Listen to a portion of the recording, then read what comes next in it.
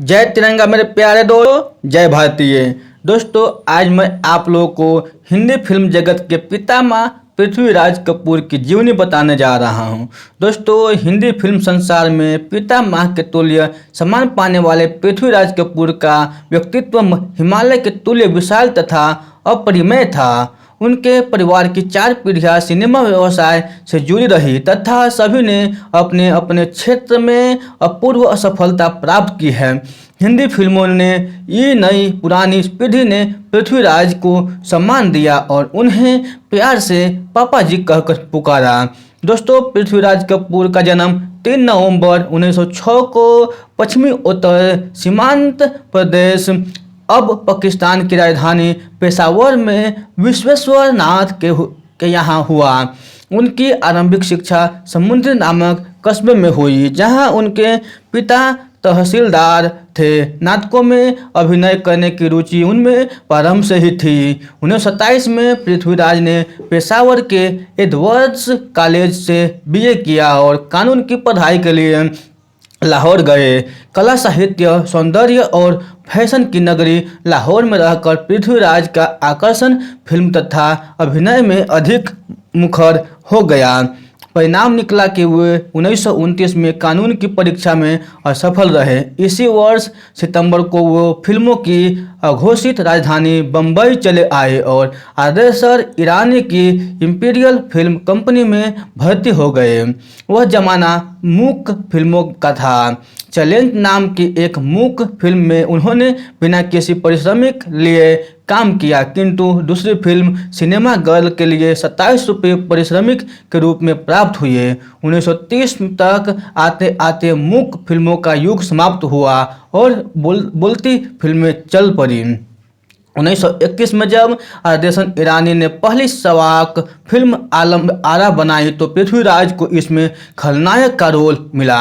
1932 में पृथ्वीराज ने Anderson theatre company join कर ली और इसकी टोली के साथ देश के विभिन्न स्थानों का भ्रमण किया। इस कंपनी में रहकर कपूर का नाटकों में अभिनय करने का शौक अवश्य पूरा हुआ। एंडरसन कंपनी बंद हो गई थी तो पृथ्वीराज कलकत्ता में बी.एन. सरकार द्वारा स्थापित न्यू थिएटर कंपनी में आ गए। यहाँ उन्हें नायक के रूप में अनेक फिल्मों में काम करने का अवसर मिला।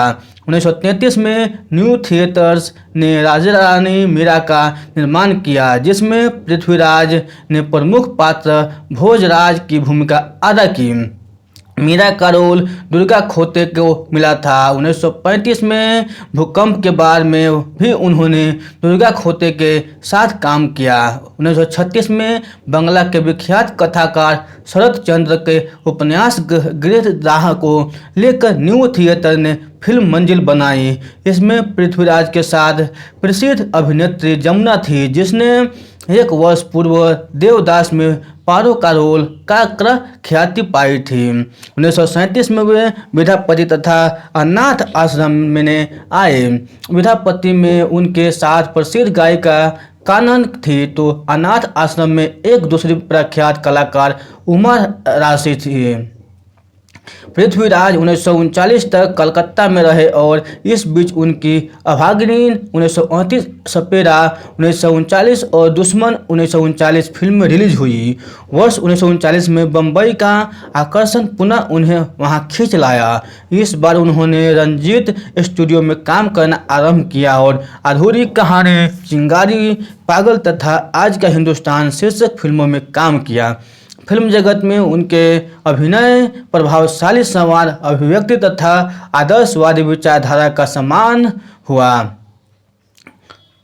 आगे के वर्षों में उनकी प्रसिद्ध फिल्मों दर्शकों को सम्मोहित करती रहे। 1941 में मिनवा मोहितेओ ने प्रसिद्ध ऐतिहासिक कथानक लेकर फिल्म सिकंदर का निर्माण किया। इसमें पृथ्वीराज ने जगत विजय का स्वप्न देखने वाले यूनानी शासक सिकंदर का किरदार निभाया था। पंडित सुदर्शन के गीतों को और समाज योजना ने इस फिल्मों को सफलता की ऊंचाइयों तक पहुंचाया दिया। 1942 में वे शालीमार पिक्चर्स की फिल्म एक रात में आए जब प्रख्यात गायिका और अभिनेत्री नसीम बानो के पति मोहम्मद एहसान ने ताजमहल पिक्चर्स कंपनी बनाई और उजाला शीर्षक फिल्म बनाने की घोषणा की तो उसमें नसीम और पृथ्वीराज की जोड़ी ने अविस्मरणीय अभिनय किया।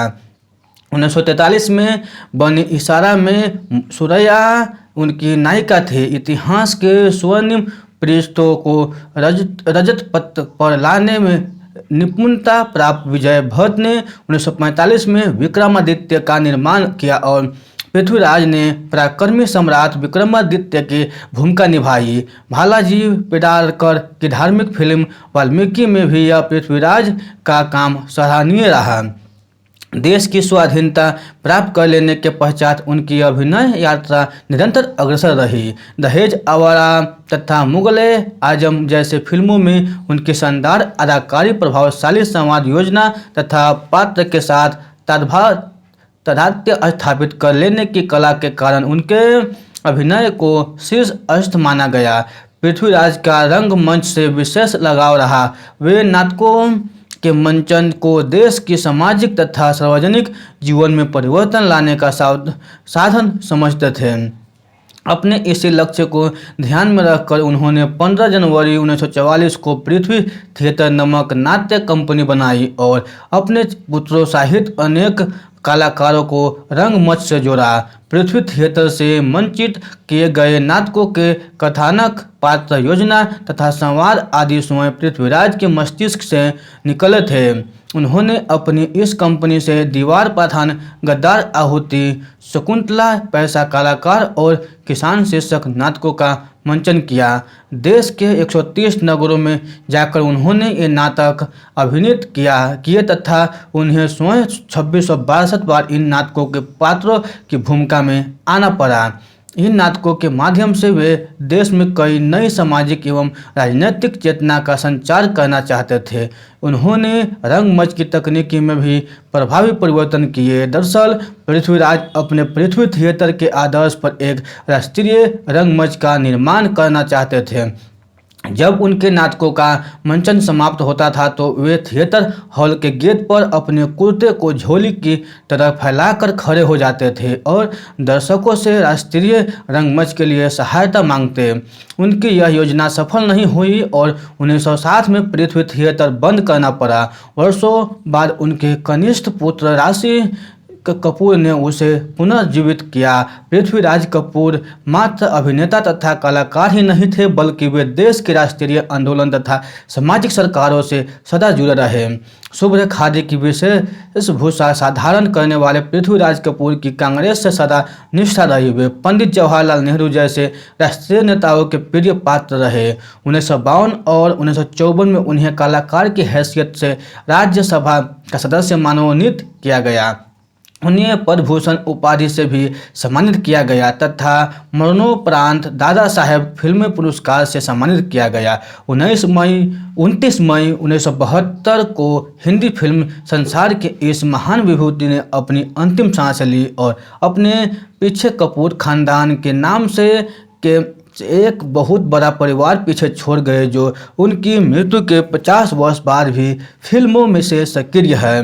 दोस्तों, ये बायोग्राफी आपको अच्छी लगे हो तो अपने दोस्तों के साथ जरूर शेयर कीजिएगा। तो फिर मिलते हैं ऐसे ही बायोग्राफी में के, तब तक ले आप खुश रहिए, सुरक्षित रहिए और अपने सेहत को अच्छी तरह से ध्यान रखिए क्योंकि समय बदल गया है। कोरोना काल के बाद अपने परिवार के साथ मिलजुल कर रहे और अगर चैनल को सब्सक्राइब करने का मन करे तो कर देना, नहीं तो कोई बात नहीं है। धन्यवाद।